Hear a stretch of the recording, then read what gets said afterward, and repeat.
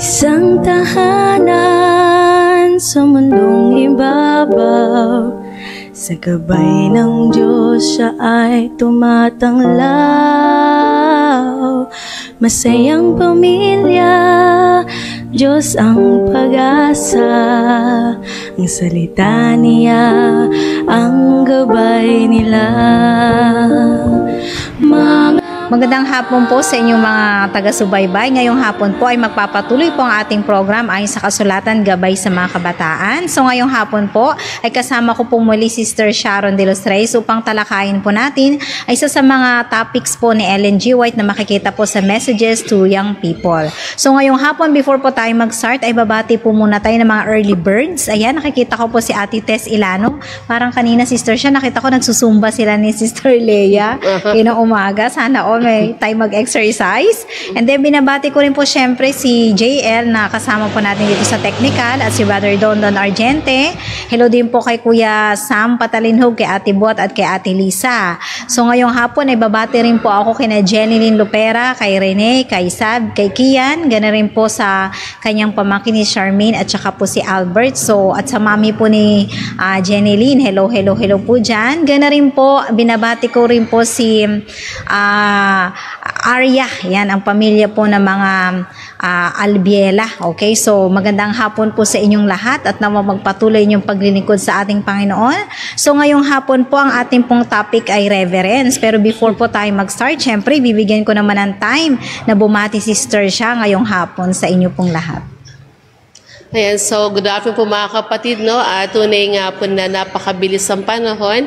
Ayan, napapasalamat din po ako, Sir Yes, sa ating Panginoon for bringing me safe. Ayan, so pagbati po, ayan, Ate Tess, mabati ka si early bird ka talaga. Ngayon po ang makasama ko pa sa women, sa buong area 1, 2, 3 sa directional meeting namin. So nakatuwa lang po, Sir Yes, kasi kasi na tayo officer ng women, ako po ay adopted officer ng ng ating pong area, na ating pong director ni sa Ma'am Au Bakdayan. Din po si Ma'am Au, kasama po namin, at ganun po ating butihing Cavite Mission President, si Pastor Bakdayan. Ay kasama rin po namin sa aming pong directional meeting. Ganun po sila Sir Rose Naunan mula po dito sa Camellia Church. Ganun po sa GMA Church, kasama ko po sila Sister Arlene, ganun po Sister Acel, Sister Alma, kasama namin Mama Buhay 2000. At ganun din po sa iba't iba pong si Ate Annie, dyan po sa Bayanan Church.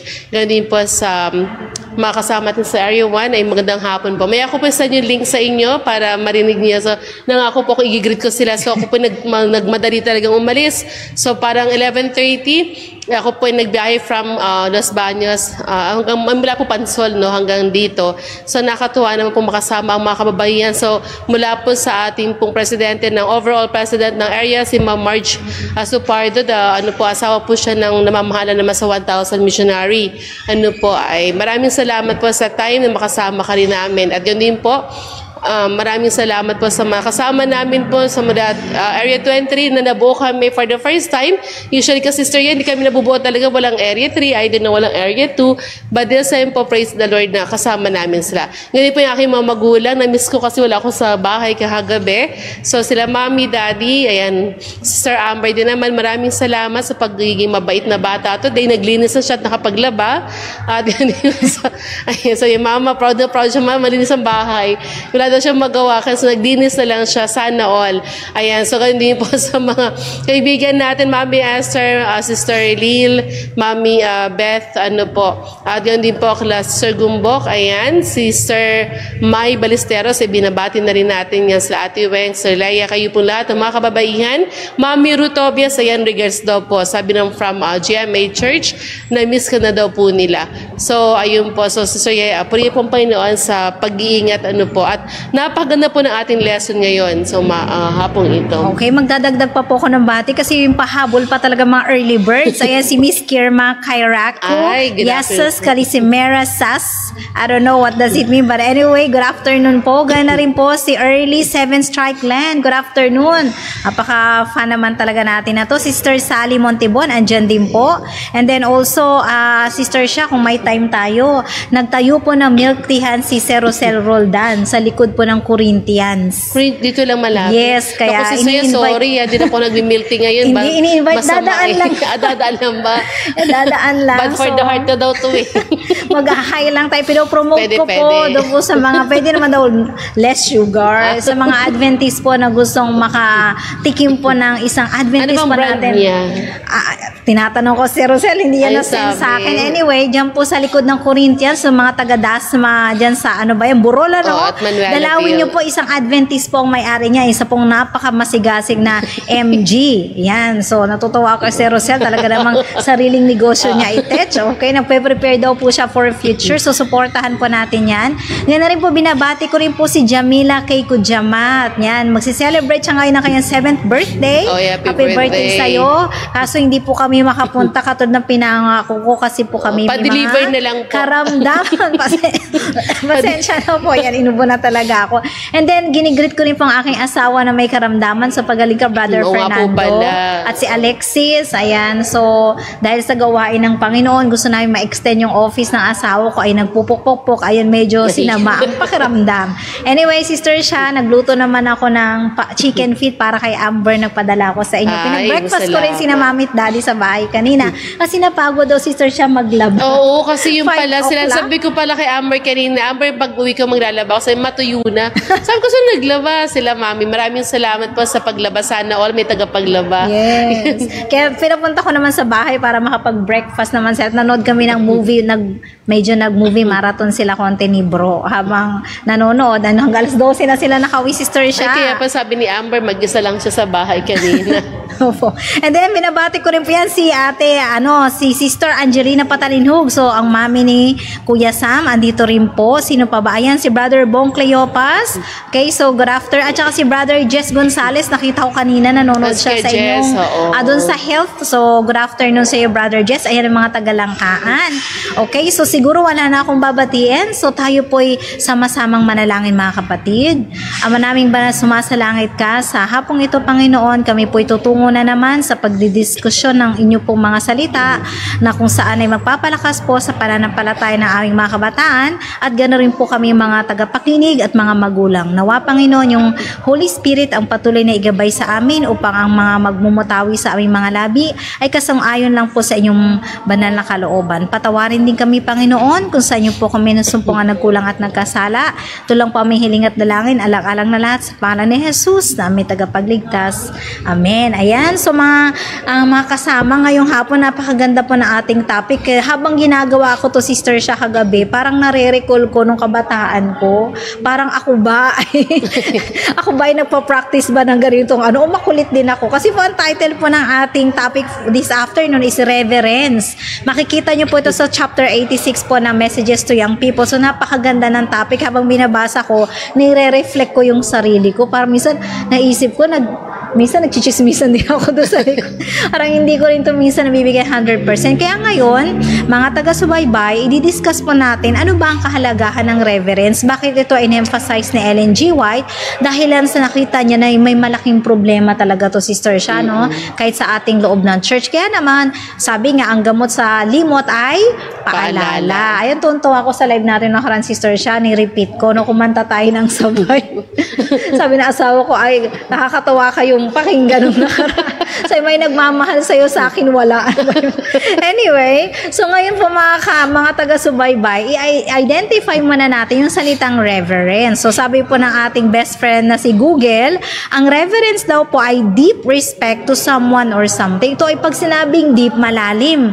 Pag sinabing malalim, ito kasi ay nagpapakita ng ugnayan or relationship. Hindi mo kasi re-respetuhin yung isang tao kapag wala kang malalim na pagkilala at relasyon sa kanya. Kaya nga, di ba, minsan sister siya, kapag kakaibigan natin, halimbawa, nagnenegosyo. Ang kaibigan ko kasi, kahit magnegosyo yan ng kahit ano, basta't hindi lang karumal-dumal at hindi against sa ating kalooban ng Diyos, binibili ko. Hindi ko na kino-consider yung presyo or yung quality. Basta't pagkaibigan ko kasi we have deep relationship eh. So, kino-consider ko siya, talagang bibilhin ko siya. Kasi nga, mahalaga yung relationship at gano'n na lang yung paggalang ko sa kanya. So, ganito rin po mga kabataan sa ating pong pang-araw-araw na pamumuhay Christian, lalong-lalo na po sa ating iglesia, kailangan po kakitaan tayo ng reverence. So ngayon, Sister Sha, before ako magpunta sa second question, ikaw, paano mo ba ipapakita or ibumulat ang kabataan? Ano ba itong salitang reverence na ito? Ayan, gusto ko actually kaya ako nagmadali, Sister Yen, na makauwi. Pwede na po talaga ako hindi umattend today. Sabi ko, baka magsosolo. Oo, sabi kasi parang sabi lang, ma'am, huwag ka na umuwi, mamaya ka na alas 3. So, low-win na po ako kasi meron kaming ministry sa church. Sabi niya, hindi, ma'am, wag na lang. So, talaga, hindi po uwi na po ako. So, iniwan ko po lahat sila doon habang sila ay nag-swimming sa hot spring. Wow, ang init. Na-realize ko lang, Sister Yen, hindi pag ako bagay talaga sa hot spring. Pang malamig lang talaga ang aking katawan. Hindi ako nag-enjoy. Sobrang init. Pero sa mga matatanda talaga, sa medyo may edad, mahina ang mga paa, tuhod, maganda po talaga sa inyo yan. So, reverence, so ako, sige, natin mo rin kayo yung sarili mo. Po kasi nung binabasa ko ito rin nung nakaraan, ito po kasi yung unang-una ko talaga ini-implement sa sarili ko. Do I do reverence to the Lord? Example, magpapakanta po ako. Usually, kung makita niyo po ako kahit hindi kaganda ng boses, so nagpapakanta po ako, ay hindi po yun sa may, wala pong pagkukunyari at walang pagmamalaki. Kasi, I always search yung pray talaga na parang, when I do things for the Lord, do I glorify Him or myself? So, malaki pong sa aking factor yun eh. Kaya nagpapakanta po ako, talaga minsan may emotion kasi I wanna feel and I want to see exactly that I give respect and honor, to our King. Kasi sa atin ngayon, nakapansin ko talaga po, Sister Yan, kasi malalim talaga itong ating topic, mga kapatid, the word reverence is not given to human being eh. It is really between God, di ba? Talagang sa Panginoon, sa Diyos, yung salitang paggalang, respeto ng may pagsunod talaga. It's about the reverence eh. Hindi po siya ina-acquire o dinidikit natin sa mga makamundong bagay, So sa ating kabataan kasi ngayon parang I could see talaga yung shallow of worship. Yung shallow, yung sobrang babaw na. Wala nang malalim na pagkilala, at pagpapahalaga at respeto. Kasi kasama dito, kaya yung sa Pathfinder, sabi nila, dapat daw ang mga master guide o Pathfinder na induction ay hindi po daw po ginagawa ng Sabado. Kasi nga, it's an induction, hindi siya dapat Saturday, dapat daw Sunday. Pero kasi nakalagay naman dun sa ating, di ba, pledge, saka sa aim, saka sa motto, and doon, kung saan, di ba, we walk softly to the sanctuary, yung talaga, yung reverence na pagpapasok ka sa loob ng church, dapat quiet ka lang, dapat tahimik ka. Kasi we are coming to the church and we acknowledge the presence of God. Pero kasi ngayon, mga kapatid, paingayan pumasok, magbablog ng pintuan, mga sapatos, tapos ang iingay, magbabatin. Okay na naman po yun, pero naisip ba natin ang kasama natin mismo ay ang Diyos at mga anghel. So sa atin, mahalaga po yun, pag-akit ka sa pulpit, paano ka magsalita, paano ka the way you greet, your heart is really ready to show the reverence for the Lord. Yung pagpipray, yung pagninil, yung pagpikit ng mata. Imagine mo, minsan, hindi na po pumipikit ng mata kasi ang hawak cellphone. Tapos maglalaro sa church. Kaya ang napakaganda po na maunawaan natin sa hapon ito, so yung reverence. Kasi nung bata kami sa bayanan, pag maingay kami, meron po kaming diakono doon, Kuya Don. May hawak na stick si Tatay Eli. Tapos habulin niya yung mga batang maingay, paupuin niya talaga. Kaya yung mga bata, bawal magsumbong kasi sabi ng mga nanay, kasalanan mo yun, lagot ka kay Tatay Eli. So habang narinig ng Eli, takot na sila. Pero mga bata, pag narinig sa tang Panginoon o Diyos, walang takot, Tapos ay magagalit si Jesus, bawal sabihin yun. Ginamit pa natin si Jesus na tagapanakot. So parang, instead of they will show reverence or respect, nawawala yung respect, but it should be with fear. However, reverence also means with fear. Fear, respect, and honor. Diba? We glorify and we honor His name. So, napakalaga po, Sister Yen, ng reverence. So, nung bata, siguro until now po talaga, ito po yung isa naiisip ko talaga, minsan pag nagsasalita ako, nagdadaldal ako, alam ko naman may kasalanan ako. Kasi talagang nasira. Kaya po yung AY, hindi po siya basta-basta AY. Parang hapon, habang nag-aantay kami na aming speaker, sila kala Ma'am Au, nung gabi, sabi na, tara, magkantahan tayo, magpalaro muna tayo. So sabi nila, Sister Ye, magpalaro tayo ng yung kantahan. Tapos pag natigil yung kanta, dugtungan ganyan. Tapos sabi ko, magagalit po sa atin si Sir Dante Oblemar, Atibot. O ganun. Kasi ayun ni Sir Dante Oblemar, which is true naman, nagamitin ang mga hymnal songs o yung mga songs natin na pinupuri sa Diyos, tapos nagamitin natin sa mga palaro. Which is true. Kaya sabi ko, isa rin siyang paggalang. Sabi ko, we have to respect and honor pang ating Panginoon in whatever we do. So that comes really with reverence, Sister Yen, no? Hindi lang siya worship, but then fear, glory, and honor. At may kita po natin, no, sa mga Bible natin, na mga Bible characters, napakaraming Bible characters na nagpakita ng reverence and even, talagang respect. So mamaya po sila papalawigin natin. So Sister Yes, sa'yo muna. Okay, so thank you, Sister Sha. Okay, so nga dito sa second question is, alam ko naman na medyo malalim itong topic, kaya po ay isa-isahin natin kung paano naman ang mga kabataan ay magpapakita naman ng reverence sa ating Panginoon. So tama sabi ni Sister Sha, pag sinabi nating reverence kasi ito yung inuukol natin para sa ating Diyos, lalo na po sa ating pagsamba. Actually, yung ating topic ay medyo nakafocus po sa church service. At the same time, yung mga kabataan, paano magkakaroon ng reverence sa Panginoon? Ano yung mga paraan? So ang isa po dito, sabi po ni Ellen G. White is, they must direct their minds away from superficial, frivolous, and unimportant things. Ayan. So, kasong problema natin, Sister Sha, ngayon, ang mga kabataan kasi, medyo nahuhook sila sa mga bagay na hindi totoo, yung mga unrealistic.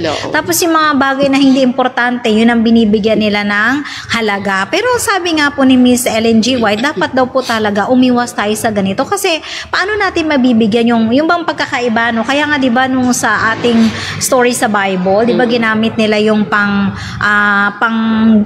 yung pang Lord's Supper sa walang kapalarakan, 'di ba pinarusahan sila ng Panginoon kasi po sila, yes, ang gusto ng Panginoon, gamitin natin yung mga bagay ng banal para lang sa kabanalan. Kaya dito sa ating church, pag sinabi nating church, lahat ng party na ito banal. Kaya nga 'di ba dito meron tayo ditong sa parang most holy place. Kaya dito po lahat ay banal. Yes, kaya hindi natin hinahayaan yung mga bata nagtatakbo lang po dito sa harap. So tama din yung sabi ni Sister Sha, sa kanyang pagganap bilang isang music leader, dapat pinaghahandaan. Actually, sabi ko nga, Sister Sha, kay Alex, Alex, practicein na natin itong kanta na to para pag isang araw na sabihan tayo kumanta, ready na tayo. Kasi tayong mga Adventist, naniniwala tayo na dapat lagi tayong handa.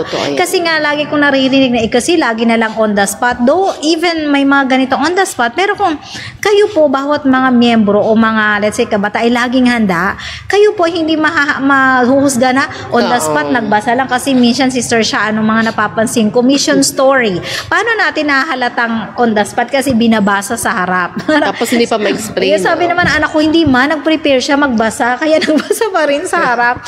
So, ganun po mga kapatid. Bilang kabataan, dapat ngayon pa lang, alam nyo na, inuuri nyo na, ano ba yung mga bagay na banal at hindi banal? Kung gusto nating maituon yung ating puso't isip sa mga banal na bagay, i-consider natin yung mga banal na para talaga sa Panginoon. For example, dito nga sa church, iwasan natin gumawa ng mga hindi mahalagang bagay katulad ng, ito, naririnig ko lang sa kabataan, mga chismosa yan Sabi nila, may nagtitiktok daw, Sister Sha, nasa loob ng church. Hindi ko naman nakita. Sabi, parang nagtitiktok, parang nagkakaras-masayaw siya, pero may hawak na mga instruments. So, nakakalungkot, si Amber ba? Joke lang. Hindi ko po alam. Anyway, yun ang narinig ko.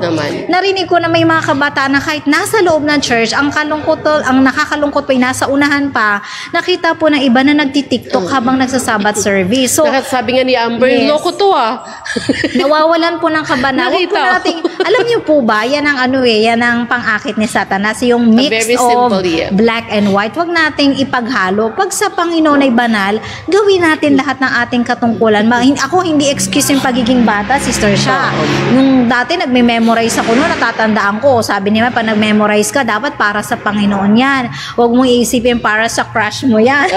Para lang yan sa mga kasama mo. Dapat lagi mo iniisip, lahat ng ginagawa mo ay para sa Panginoon. Kaya, we have to give 100% kasi nga, yung pinaglilingkuran natin Diyos ay Diyos na banal. Amen. Tapos yung gagawin natin ay walang kabanalan. Ito po ay nagiging, tawag ito, blasphemy. Ito po ay nakakalungkot. Ito po ay walang kabuluhan para sa ating Panginoon. Kaya minsan nagtataka tayo, yung bang mga kumakanta, Sister Sha, sorry po sa mga umaawit, na parang gustong-gusto naman talaga nilang matutong kumanta. Actually, may estudyante ako gano'n, Gusto niya talaga mag-aral ng violin, nag-hire siya ng pinakamagaling na nagtuturo ng violin. Pero hindi talaga siya natututo-tuto. Tapos sabi ko na lang sa estudyante ko, siguro hindi pa talaga para sa kanya or baka hindi niya sinusurrender yung kanyang buong puso at baka iba talaga ang line niya. Yung pala, ang gusto niya talaga sister siya ay sumikat. Na para talagang gusto niyang matuto para maging well-known siya. Sabi ko, hindi yan ang kalooban ng Panginoon. Ang pagsamba, kaya nga diba, may deep relationship. So, kailangan natin ipakita yung paggalang natin sa Panginoon. So, second one is, sabi daw po dito is, kung tayo po iiwas sa mga bagay na hindi mahalaga, dapat din po tayo ay nag-watch and pray. Pag sinabing watch and pray, ulitin po namin, ano? Ang pagsamba po ay dapat sa loob ng church. Kasi meron tayong narinig, sister siya, ay, hindi na lang ako pupunta sa church. Mga Online makasalanan na naman mga tao dyan. Mag-online na lang ako kasi sisimba-simba, gumagawa din naman ng kasalanan. So, ito bang isipan na ito, sister siya? Tama ba ito sa mga kapatiran natin na nawawala sa pananampalataya? Kasi sabi nila, ay nako, sa bahay na lang ako, mga tao naman doon, mga hipokrito, ganyan. Mga sumasamba pero makasalanan din naman. So, dapat daw po sa mga kabataan, you have to watch and pray kasi dito tayo hinuhubog. Di ba, sister siya, nung maliliit pa kayo, nagme-memory verse kayo, tapos later on, tumatayo na kayo sa Sabbath School, mag-mission story, mag-pray. Later on, speaker na sa AY. Later on naman, andun na kayo sa sa sermon kayo sa second service. Diba napakaganda na ma-uplift or ma-improve yung mga talents para sa ating at unti-unti, nakikita nyo yung kahalagahan ng paglilingkod kasi nga, sister siya, pagdating sa langit, sasamba rin tayo sa ating Diyos na banal. And in the church talaga, it's sister Yen, it's what we do here in this earth, what we do in church is a practice that we're gonna do in heaven, di ba, Brother John Lloyd, no? It is the reflection kasi sa practice, no? Kaya sabi pa sa Hebrews 12:28, basahin ko na rin lang muna, para si watch and pray, tapos yung kanina, di ba, they have to put their mind talaga to the Lord. Kaya po ang pagsamba, kaya nga pang Friday pa lang ng hapon, we prepare things, hindi lang po yung mga kinakain natin, yung gagawin natin, but even ourselves, dapat nga may detox, yung parang detox ka taga pag Friday, wala ka na ibang naiisip, kahit po sa TikTok o panonood ng cellphone, pagpo-post ng FB, minsan gabi ng Saturday night o Friday night, nagpo-post pa tayo ng mga picture natin na wala namang kaanmuang-muang para sa Sabat, no? And minsan that's sad kasi yung mga tao, browse nila, nakita lang yung mukha mo, yung ginawa mo, which is hindi naman related sa Sabat. Diba? Kaya tapos sa Hebrews 12:28 kay John Lloyd. Hindi, sige kay John Lloyd. Kaya ba natin? Merienda muna siya. Wait, Hebrews 12:28. Ayan, sige, merienda. Okay, sige, tuloy muna tayo. Ayan, sabi po rito, basahin ko na lang po muna. Therefore, since we receive a kingdom which cannot be shaken, let us show gratitude by which we may offer to God an acceptable service with reverence and awe. So may mga service talaga na magagawa tayo ng walang kabuluhan. Ayan, di ba? Acceptable with reverence and godly fear. Minsan, even we come to church, ang mali po kasing mindset ng tao ngayon, they think when they go to church, they worship God. Actually, sabi nga, you worship me with your mouth, but your hearts are away from me. Diba? Sinasabi lang natin that we're worshiping God on the Sabbath day. However, since our hearts and minds, Sister Yen, no, ay hindi talaga nasa Panginoon, yung pinakalungkot na kung saan because of unimportant things. At minsan, yung unimportant things na yan, mas malaki yung factor na nagagawa niya kesa sa pagre-reverence natin sa Panginoon. Subukan niyo pong dumalo, mga kabataan, na iniisip niyo po talaga mag-worship lang. Iniisip niyo po talaga kumanta lang, umawit, makinig sa speaker. Wala pong mga negative thoughts. Subukan niyo po kahit isang beses sa buhay ninyo. And you will see even when you pray, you will fear God. Yung pagluluhod ka, mag-fear ka, may takot talaga.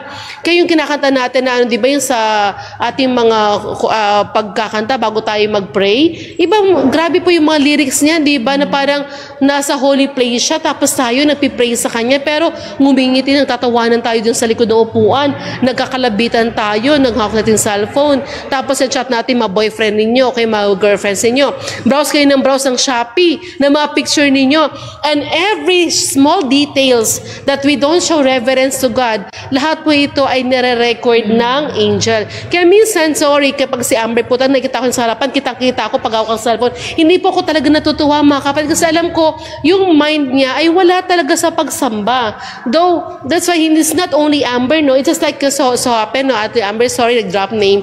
Pero just an example na maraming kabataan na sumasamba lang sila because of their parents. But they don't recognize the glory of God. The worship, you know. Kaya po minsan yung sa may balita, parang before the pandemic, may isa pong church tayo sa Africa, Sister Ye, na kung saan, sa loob ng church na to, ang mga kabataan, habang may nag-sermon, ay hawak daw puro cellphone. So habang yung speaker, nagsasatay yung mga bata sa likod naman, cellphone, tapos bigla pong kumidlat. So nung kumidlat, totoo po na nung kumidlat po, pumasok sa church yung kidlat Lahat na may hawak ng phones po ay namatay. Imagine mo, because we don't fear God anymore. We think that we go to church and we think that God is just a human being, that we can do whatever we want to do. Wala na po yung fear, wala yung reverence. Kaya diba sabi nga, we have to, whatever we do, we have to glorify Him. Ang nakakalungkot pa, nag-Sabbath dress tayo, nag-prepare tayo, we go to church. However, hindi talaga pala yung claim natin ng worship, na parang may paimbabaw lang, ng simba lang ako. Pero yung totoo lang, it's about the reverence. Diba, hindi kasi lahat ng pag-worship natin ay acceptable. Naalala ko na yung aking mother, yung mother natin pala, si Mami Ellen. Mother ko lang, no? Inangkin. Yan, si Mother Ellen. Yan. Nasa Romblon po kami, meron siyang parang auntie namin. So yung aming auntie ay isa po siyang diakonesa. Kaya po yung mga diakonesa, yung, di ba meron tayong mga youth na diakonesa, kayo po ay mag-iingat kasi kayo po ay na-ordain. Di ba sila po ay, kaya po ayoko maging diakonesa, Ate Lisa. Kasi may ordination. Kasi feeling ko, pag na-ordain ako, habang buhay kong dadalhin ang pagiging ordain na diakonesa ko. Ibig sabihin, malalim sa akin yun. Hindi lang siya dahil na diakonesa ka, hindi. Parang ibig sabihin, I have to change as God wants me to be His worker, na talagang gagawin mo yung karapat dapat. Naiiwan mo talaga lahat ng kasamaan sa buhay mo. Kaya minsan natatakot ako, ayoko maging diakonesa. It's one of my fear. Bakit sabi ng nanay ko, yung aming auntie, meron po siyang mga anak. Ito yung auntie ko, kasi diakonesa siya po yung may sa church. Pag wala silang kumot, Sister Ye, ginagamit yung kumot ng church. Ay yung mga pang Santa Cena, yung mga puting tapos yung mga tela, ginagamit ng anak niya. Alam niyo ba, pati yung mga gamit sa church, wala nang paggalang sa taga sinalaula. Alam niyo po ba, yung batang gumagamit nito, yung bata niyang anak, ay hindi na nakalakad, nalumpo. Tapos yung isa po niyang anak, hindi na nakapagsalita. Yung isa po niyang anak ay naging kriminal. Bakit po, no? Because we think that yung mga bagay dito sa church ay hindi nabasbasan.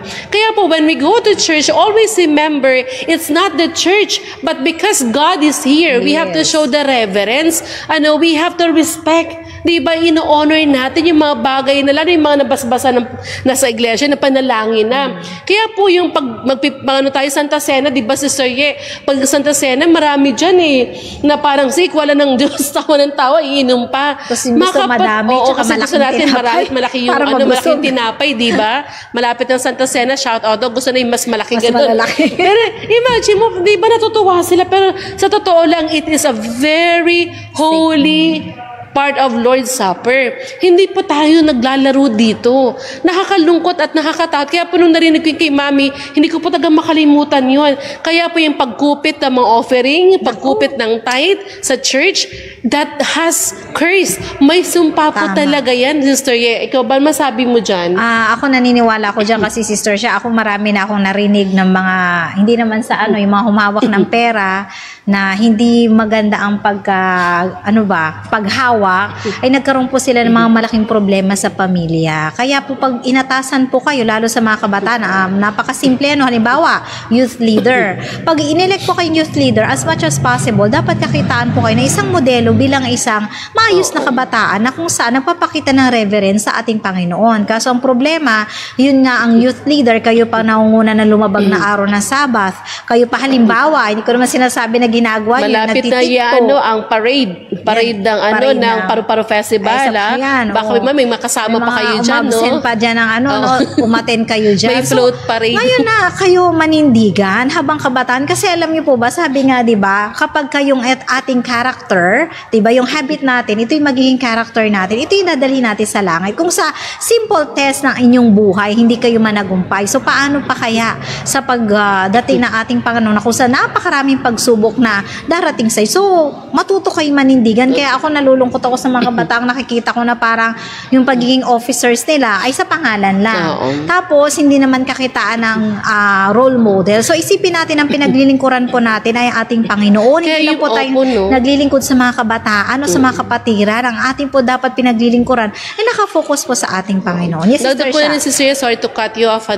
Halimbawa na rin kasi sa ating mga hindi lang po sa ating iglesia, marami iglesia po, no? Because sometimes we just accept yung mga parts sa church, yung position. Alam niyo po, sabi nga sa iyo, it's a big responsibility. Yes. Kaya po, ang pagtanggap ng position, hindi yung na-vote ka lang ng na-vote ka ng nominating committee. Kinuha mo siya. Pero wala ka naman talaga, alam mo sarili mo na hindi ka dedicated at hindi mo talaga siya magagawa. Huwag yun na pong tatanggapin kasi totoo pong malaking responsibilidad ito. Hindi po siya biro. Hindi po siya dahil, ay sige, matitrain naman ako, no? Dapat po yun, noon pa kayo natitrain. Hindi yung, kung kailan na kayo may position, doon pala kayo ititrain ng sarili ninyo. Dapat it's a long preparation. Yes. Kaya po, we started from the young people sa mga kabataan, no? Kasi mahalaga po, yung mga pagpapakanta po natin, no? Alam niyo po ba, pagpapakanta, pag mali-mali ang tono nyo, nakakahiya talaga. Tapos naka-online tayo, naka-live. Kasi ang pinupulaan po nila, hindi kayo, kundi ang buong iglesia. Yes. Na kung at saka, saan... Sister Sha, may nag-comment nga kay bro, yung nag-share ka tayo ng video, nung sabi, yan ba uri ng pagsamba ng mga Adventist? Ano ba klaseng Diyos ninyo? Bakit hindi kayo maayos magpaawit? Masakit yun para sa amin nararamdaman at naririnig namin sa mga followers ng asawa ko. So parang ganito lang yan, parang ginagawa ng isang bagay na wala tayong dedikasyon, wala tayong pagmamahal, at wala tayong paggalang sa ating Panginoon. Isipin po natin, lagi ito sinasabi ng asawa ko, pag-aharap tayo sa Panginoon, dapat lagi tayong handa. Totoo. Halimbawa, sa ating pananamit, Sister Sha, very simple yan, ha? Pag tayo tatayo sa plataforma, sabi ng asawa ko, pag nakapolo, dapat nakasarado. Ito, yan, mga lalaki. Tapos naka-necktie, tapos naka-tuck-in. At dapat at naka-medyas, naka-slacks, at dapat po naka-black na balat shoes or brown. Hindi po yung pang-rugged, hindi po yung style ng mga, hindi po nagbabago ating pagsamba. Pare-pareho po yan. Kaya ang asawa ko, very particular po sa pananamit. Kaya in fairness naman, pag nanamit talaga ang asawa ko, laging ready. Kahit wala siyang part, kailangan niyang maghanda ng pananamit. Paano kung biglang matawag siya, Sister Sha? Paano kung, yun nga yung sinasabi natin sa Sister Sha, yung on the spot, kaso, sinadya mo hindi magsuot ng maayos. Diba? E di pag tinawag ka, tatayo ka sa harap, nakamaong ka, naka-t-shirt ka lang, naka-polo shirt ka. Hindi ko masita. Pag nasita mo, magtatampo. Nakakalungkot naman po, mga kapatid. So, dapat tuwing araw ng Sabat, isipin natin, this is our date, di ba? Sa loob ng isang linggo, isipin mo lang, John Lloyd, di ba, pag may girlfriend ka, once a week mo lang makikita, syempre, susot mo yung the best mo, di ba? Kulang na nga lang, magpulbo ka at mag-lipstick. Yan, di ba? Kasi nga, yun ang best mo eh. So, dapat pag imimit natin ang Panginoon, we have to wear the best things that we could have. So, anytime, tawagin tayo mag-pray, tawagin tayo mag-mission story, walang may pupula sa pananamit kasi, natin. Yung pati yung mga sapatos, no?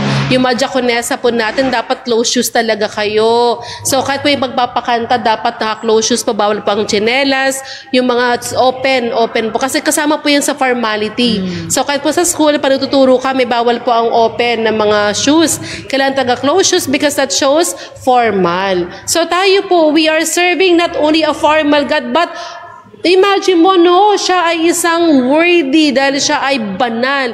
We are serving holy God. It's not just a formal visitor, but He is our God. Kaya po minsan, kaya nagagato kayo sa mga kapag late kami kasi masama sa loob ko. Parang ayoko magpunta talaga sa church na late kasi parang may kasalanan na ako agad, no? So share ko na rin po. Sabi po dito Sister Yeno dun sa kasulat po ni Ellen G. White, another precious grace that should be carefully cherished is the reverence. Precious siya. na isang imagine mo, isa siyang mahalagang gampanin sa mga kabataan.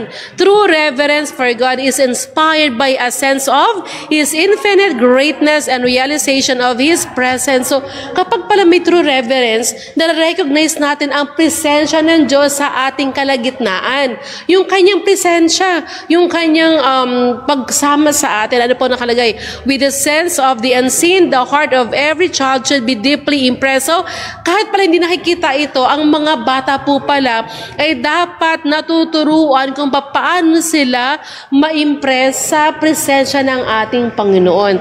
Kaya sabi nga Sir dati, ayaw doon yung mga bata may dalang laruan sa church. Totoo yun. Kasi let them separate the day of playing. Sa kantay natin, 6 days we have for work and play. Pero mismo, we allow our children to play inside the church. Tapos ay kita po natin ating mga anak ang iingay, wala pa tayong ginagawa. Kaya minsan, at sino ba may problema, yung anak ba yung magulang? Kasi sa akin, sabi ko, the parents should control the children because the parents should teach the children the reverence. Kaya po ang pagkilala sa Diyos ay nagsisimula sa tahanan. Ang pagrespeto sa Diyos, sa worship, ay nagsisimula sa tahanan. Sabi po rito, the hour and place of prayer and the service of public worship, the child should be taught to regard as sacred because God is here. Yes. So imagine mo, parents should teach their children that this worship is sacred, banal. Paano ba sabi nating banal? Paano natin matuturo sa tang banal kung tayo mismong mga magulang ay wala ring practice ng ng reverence o ng kabanalan sa loob mismo ng ating iglesia. Parang simba lang tayo. Naku, magsimba lang tayo. Wala lang. Hindi naman siya nagiging blessing. Di po ba, sabi po rito, and as reverence is manifested in attitude and demeanor, the feeling that inspire it will be deepened. So kapag ang bata pa rin, mga kabataan natin, napapractice nito, lalong lumalalim pala yung pagrespeto at pagtanggap natin sa ating Panginoon. So imagine niyo po, napakalalim ng satang reverence at nakakatakot kasi nga, imagine mo si Sir, watch and pray. Di ba, paano tayo nagpipray? Paano tayo nagmamasid sa ating kapaligiran sa panahon natin ngayon? Na kung saan, ito po ang nawawala talaga ngayon ay ang kabanalan. Di ba kay John Lloyd, yung reverence? Kasi kay John Lloyd, tutuwa ako dyan eh. Kay John Lloyd, pag nakaupo yan si kay John Lloyd, doon yung kakausapin. Kasi yan, seryoso po yan sa buhay. Ang gagawin kay John Lloyd, magbubukas po yan ng Bible. At magbabasa siya. And that should be the attitude of our young people. Kapag nakaupo po kayo dyan sa isang tabi, magbasa kayo ng Bible. Huwag kayo puro cellphone o kaya naman nasa gilid kayo puro kayo kwentuhan ng wala namang katuturan. You read the Bible and you can experience. Di ba paunti-unti, the holy angels will be with you and you will be guided by the Holy Spirit to experience the reverence. So napakaganda po mga kapatid. Sabi nga po, di ba sila Moses, when Moses was called by God in the burning bush, sabi Moses recognized that he had to remove his slippers. Kasi sabi niya, this place is a holy ground.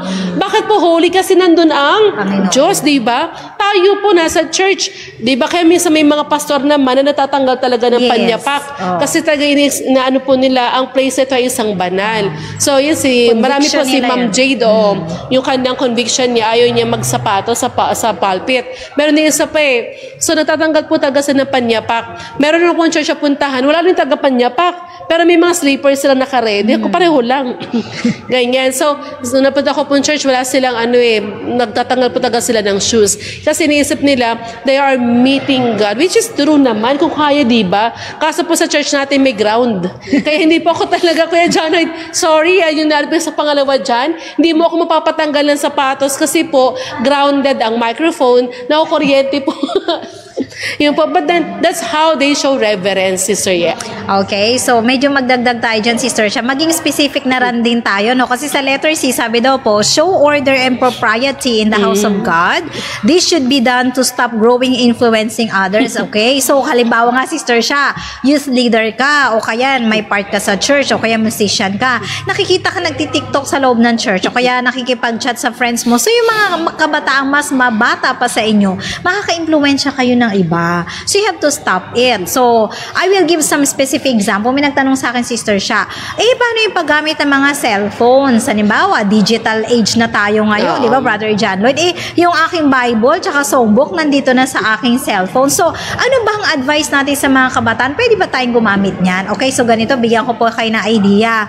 Wala naman pong problema kung gagamit kayo ng mga digital things na binigay sa atin ng ating mga magulang. Pero, ang nagiging barrier kasi dyan, halimbawa po, na kayo'y naka-data. Pag wala pa kayong data, hindi nyo makikita yung mga commercial ng TikTok, ng Shopee.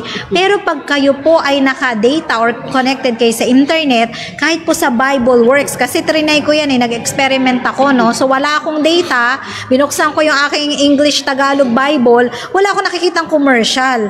Pero pag naka-on yung aking internet sa bahay, ayan, Sister, siya ang liwanag, may sexy girl, may sapatos, may Shopee, may Lazada. Walang ganyan Kasi wala kang data or wala kang internet connection. Ako nakakonect dito sa church. It means, kung tayo gagamit ang digital Bible natin, tapos meron naman tayong internet, baka matukso tayong buksan yan sa loob ng church. Marami ganyan, nagbabrowse sa maraming Shopee. So, ngayon nga po ang tinuturo natin sa mga kabataan at sa mga matatanda, kung gusto nating bigyan ng reverence ang ating Panginoon sa araw ng pagsamba, huwag na tayong gumamit ng digital Bible na kung saan makikita natin yung mga commercial, napakarami sa cellphone ko, kahit hindi man ako nagbabrowse ng sapatos, pero nakita ko meron pang sexy girl, di ba, ano ba yan?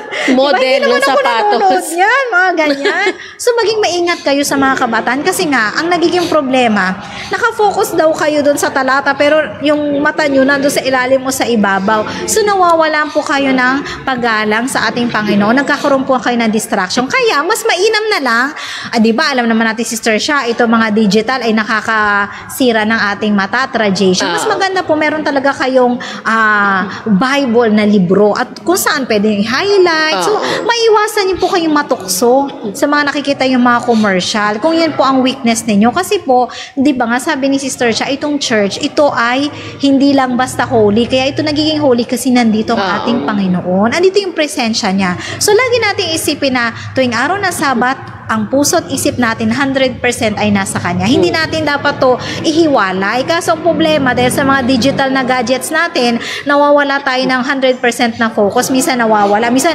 natitempt tayo, ay, naku, 11, katutulad nakaraan, Sister Sha, 11-11, Sabado yun. O free shipping yun, di ba, John Lloyd? Siguro inaantay ng mga Adventist, sana mag-sunset na. Buti wala kasi free shipping. Ay, ang daming dumating sa bahay. Kung sino mga nag-order nito? Sabi ni Alex, ako yan, ma. Bakit?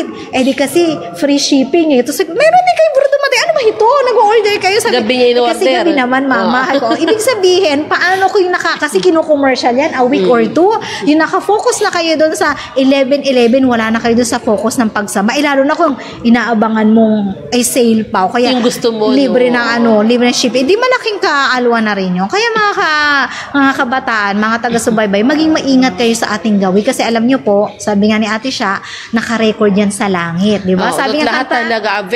Sabi nga pa ni Ellen G. White, Sister yan, no? Dagdag ko. Even yung maliliit na bulungan, paghagikik, pagtawa. No, Kuya John, imagine mo ganun. Ganun ka yung respect nila. Imagine po natin, Sister yan, when we go to heaven, or even right now, when the angel worship God, when they go to Him, hindi nga sila nakalapit ng mukhaan kay sa ating Ama. They are just going to surround. Tapos, wings. They would cover their heads with wings. Tapos, they would bow down.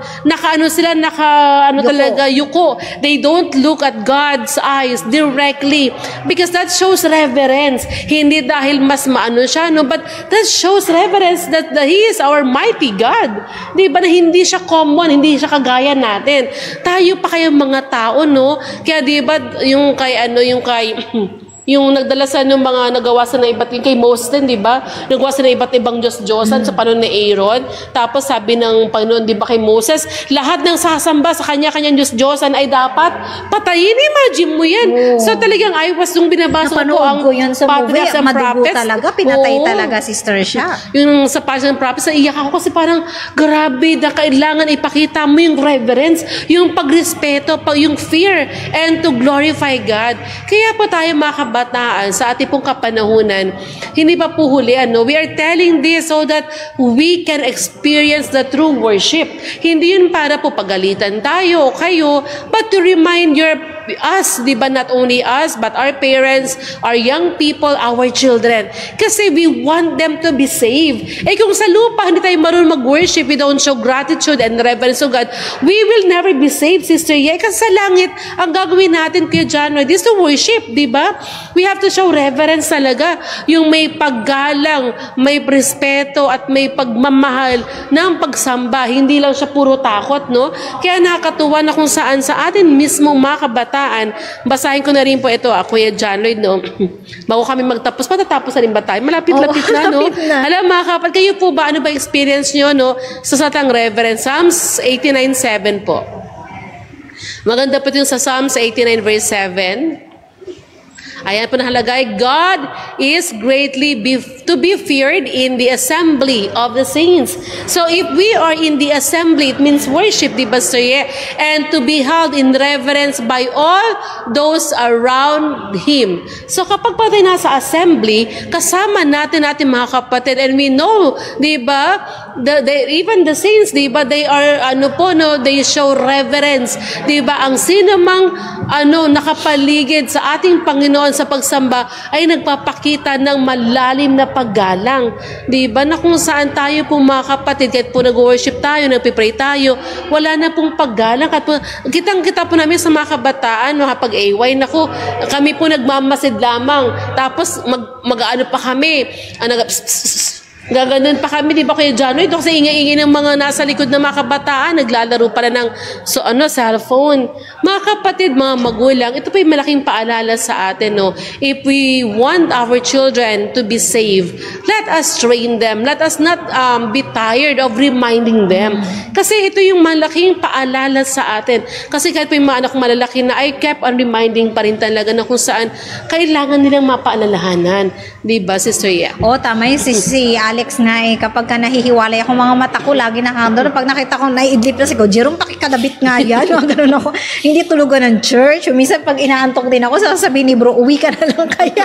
Hindi dapat tayo natutulog sa church. So ngayon po mga kaibigan, mga taga-subaybay, wala na pa tayong enough time. Napakaganda pa po. Actually, susudsurin or isa-isahin pa po natin ang mga paraan kung paano naman tayo mga kabata. At the same time, tayo mga magulang at mga taga-subaybay na mag-show naman po ng reverence sa ating Panginoon. Kasi tayo po ay tinatamaan din dito. Aminin na natin, minsan, tayong matatanda, matitigas din ang ulo, Minsan, oo nga, pero nalulungkot ako, sister siya, katulad ng sinabi mo, bakit pa kapag AY, napaka-konti na naiiwan ng mga matatanda. Talaga namang puro kabataan. Masama minsan ng mga kabataan, hindi rin nila makontrol ng kanilang mga sarili minsan. Kaya alam niyo po ba, mga matatanda, dapat nandito rin sa church tuwing AY para nagagabayan din sila. At the same time, may kukorek natin kung may mga mali sa mga gawi. Kasi may nagtanong yan sa amin, sister siya. Pwede na po ba yung mga dula-dulaan dito sa harap? Mga drama-dramahan? Tapos nag-wear na rin ng mga maskara. Alam naman natin yung history ng maskara. Kaya kung hindi natin nagagabay ng mga kabataan, maaari po silang... nagagawa nila? Yes, maligaw na lang das. Kasi nga, ang mga matatanda ay nawawala na sa AY. How many % bang natitira? So sa mga matatanda at mga magulang, suportahan po natin ang ating mga kabataan. Kasi naman, sister, yes, minsan din, ang mga kabataan, they don't give also, priority to the elderly. Sa mga kabataan po natin, wag po natin silang sa walang tabi. Yung mga maedad po natin makasama sa church na nakaupo, bigyan po natin sa ng time sa AY kasi they are part of it. Yes. Although ang AY is until 35 years old, kailangan kasama po natin sa full family po. So kasi sila po yung mga maraming wisdom. Kaya po ayoko ng mga young na kabataan na friends. Gusto po talaga mga adults. Yung mga elderly, mahilig ako po si Soya ay malapit sa mga senior citizen. Sabi ko nga po kagabi doon sa makasama kong women, kasi may senior na doon. Malapit ka sabi na. Uy, ma'am, di ba kailan ba yung natin, meeting natin sa senior kasi meron kaming Christmas, parang year-end. Hindi man Christmas year-end po, Thanksgiving ng senior. Sabi, alam ma'am siya sa December, ganun ko. Sabi, kaso ma'am siya, wala pa tayong fund, wala pa tayong pondo. Kung wala pa bang pondo, manghingi tayong pondo, baka naman sa mga elderly, kasi may mga program din po kami sa elderly. Kasama na po nila ako, sister yan, sa elderly, kasi sabi ko, Kasi malungkot po kayo pag kayo lang.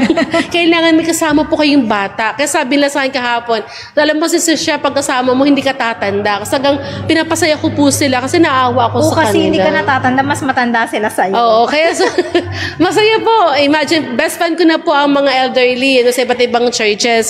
Kasi malapit po talaga ako sa kanila. Yun po yun eh. Kasi I can get wisdom. Yeah. And I can learn a lot from them. Totoo po, by their experiences, napakarami po na experiences that they can get from them talaga. Kasi po sa mga bata na puro crush-crush lang, puro Korean-Korean, pag mga matatanda po maliban sa may pera, si Soya kasi pensionado, lagi may pagkain, lagi ka po may magandang advice na marinig mula sa kanila. Opo, ako din po mahilig ako sa mga medyo matatanda. Ewan ko ba, parang love ko si Nanay Christine. Pag nakikita ko yan pag may crusade, pag nag-CCR siya, sasamahan ko siya, ihahag ko si Ninang Villarosa. Wala miss si Ninang Villarosa. Iba talaga yung pagmamahal kasi nila at saka pure yung mga experiences nila. Marami tayong matututunan sa kanila. Sa mga kabataan, ako na-enjoy ko rin naman. Kaya nga burst ko mga kabataan, natutuwa rin ako sa kanila. At the same time, pinapayuhan ko Sister siya. Tama Kapag may mga gatherings tayo nung nakaraan, di ba yung AS ay pumunta dun sa Batangas, nakausap ko yung ilang kabataan, and then pinapayuhan ko sila para naiko-correct din yung kanila mga decision making kasi kailangan din nila ng gabay. Pero tayo, wag natin masyado silang husgahan, payuhan natin para sila ay magabayan. Ayun, so kahapon, share ko bago tayo magtapos to. And so sa aming lesson kasi mga kabataan, sabi ko, ano ba yung managawa natin? Paano ba tayo maging mabait sa kapwa? Dito si Kuya Joshua, nakatuwa rin naman bilang kabataan. Sabi mo nga, mahal ng mga kabataan. I love naman talaga the young people. Kahit nung pa po, no, talagang gusto ko yung mga kabataan kasi alam ko marami sa napagdadaanan sa buhay. Kasi feeling ko, ako talaga isang counselor. Feeling ko po talaga ako yung tagapagdikit ng mga ng mga pusong sawi, ganyan. So sabi ni Kuya Joshua, malaking factor din sa kanya talaga ang church, lalo mo sa mga taong matulungin. Sabi niya, alam mo sa ate siya, ikaw kasi nung bata pa ako nakita ko taga how do you help, yung help taga yung mga nasa, parang naging sa kanya daw ngayon, dati did you know na baka doktor ng tulong. Tapos yung na-experience niya na parang ang pagtulong pala pag na-practice natin ay parang na lang on the spot, natural thing to do. And you can say exactly, sabi ko, buti naman may tutunan tong batang to sa akin, no? Pagiging mabait, ayan. Natutunan po ni Brother Joshua na maging matulungin at ako na lang di matutulungan. So I mean, that's a good thing that, we care for young people. Of course, we are here para po i-guide, and then, so of course, ako po kasi very sensitive din tayo kasi teacher tayo, Sister Ye. Pag teacher ka, sensitibo kami sa mga kabataan. So, lagi po namin tinatanong, kamusta ka? Ano nangyari?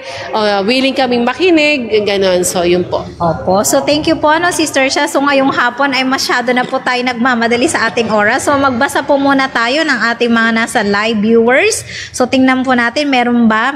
Ikaw, Sister Shea, naka-online ka ba? Hindi po naka-online. Basahin natin. Actually, nag-comment dito si Brother Jess. Maganda rin yung sinabi niya. Sabi niya dito is, basahin po natin. Sabi ni Brother Jess ay, normal na yan, problema talaga yan sa ating iglesia nang dahil sa cellphone, winawalang kabuluhan ng kabanalan ng Sabbath. Kaya minsan, anak ko, biktima. Kailangan talaga may paninindigan ng mga leaders sa loob ng church. Yan, tama po yan, Kung ang mga leaders natin ay pinababayaan, iniisip kasi ng mga kabataan, ay okay lang. Kasi tinotolerate. So, dapat talaga, siguro sa board natin, meron talaga mga diakono, diakonesa na bibigyan ng kaso diakonesa wala katungkulan na sila ay maninita at i-announce din natin sa church para hindi naman ma-offend ang mga magulang at mga kabataan na masisita. And then, so shout out tayo sa mga live viewers. Andyan po sabi daw po ni Sister Ruth, dun sa 1,000 Missionary Church, tanggal ang shoes before you enter. Ayan. Yun nga sinabi ko, inaanak ko na kinasal dun walang panyapak kapag umating ka daw ng kasal. And then, si Juliet Olarte Evangelio, good afternoon everyone. Good afternoon sa Miss Juliet. At si Jerry Corpus. Ayan. So,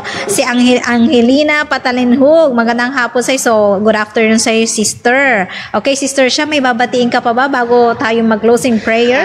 Yun po yung sa mga nasa Salawag Church at Camellia Church po, ayan. At sa ganito po sa GOB, ang dami palang GOB. Sabi namin yung GOB, yung pala ay group of believers, yung mga bago nagtatayo ng mga churches ngayon. Okay. Ayan, so, ako po ay, kinukuha na nila. Sabi niya, Ma'am Sharon, total free ka na next year. Ayan po. So, mula po sa GMA, GOB Church, ayan. Ganun din po sa Salawag at Camellia Churches. natin na makasama ay next year po, tayo po ay magkikita-kita. So, ayan, doon tayo natawagan si Saye sa malalayong lugar. Okay, Ate Lea, hawag mo kalimutan sa January 30. Kaso ito po ay medyo malayo-layo, matagal-tagal na pangangaral. Kaya, ayan, so praise the Lord po. So good afternoon po sa inyo. Nawa ay magkita-kita po tayo sa mga darating na panahon. Gaya po, maraming salamat po sa mga viewers natin ngayon. We're inviting you again to join us next Sunday for our second or part 2 na episode po natin ayon sa Kasulatan Gabay sa Kabataan. Opo, kasi po nasa second question pa po lang po tayo. Sobrang dami po. Inisa-isa ko po talaga kasi napakaganda po ng sulat ni Ellen White. So ngayong hapon po ay magbibigay po ng final recap si Sister siya bago po siya mag-closing prayer. Ayan, so kagaya po ng ating nabasa, worshiping God means with fear and with reverence talaga. That we acknowledge His presence and as our God. Not it's just like someone else, but as our Creator, our God, our Savior, na kung saan po sa hapong ito mga kapatid, we need humility and reverence to experience the fullness of worship and respect to our God who are in heaven. May the Lord bless us for today po. Tayo po ay samahan niyo po ako sa panalangin sa hapong ito.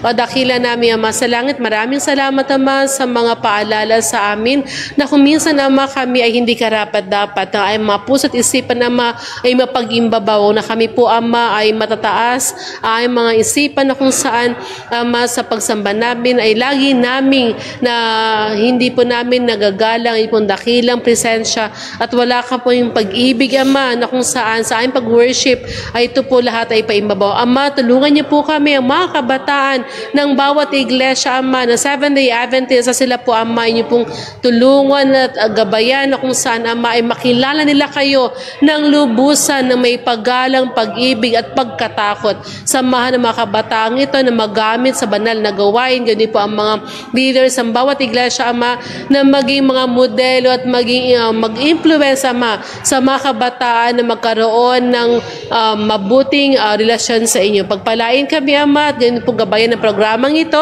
at ang sunod pang programa Ama na marami pong makinabang na mga kaluluwa at may share po ito sa mga kapatid na kung saan magkaroon ng paalala Ama kung paano kami maglilingkod at magagamit sa banal na gawain kasama po Ama ng paggalang at pagsambasay. Maraming salamat Ama sa pribilehiyo ito aming niling sa aming pong iniling sa pangalan na aming pong manunubos sa si Jesus. Amen. Isang tahanan sa mundong ibabaw, sa gabay ng Diyos siya ay tumatanglaw. Masayang pamilya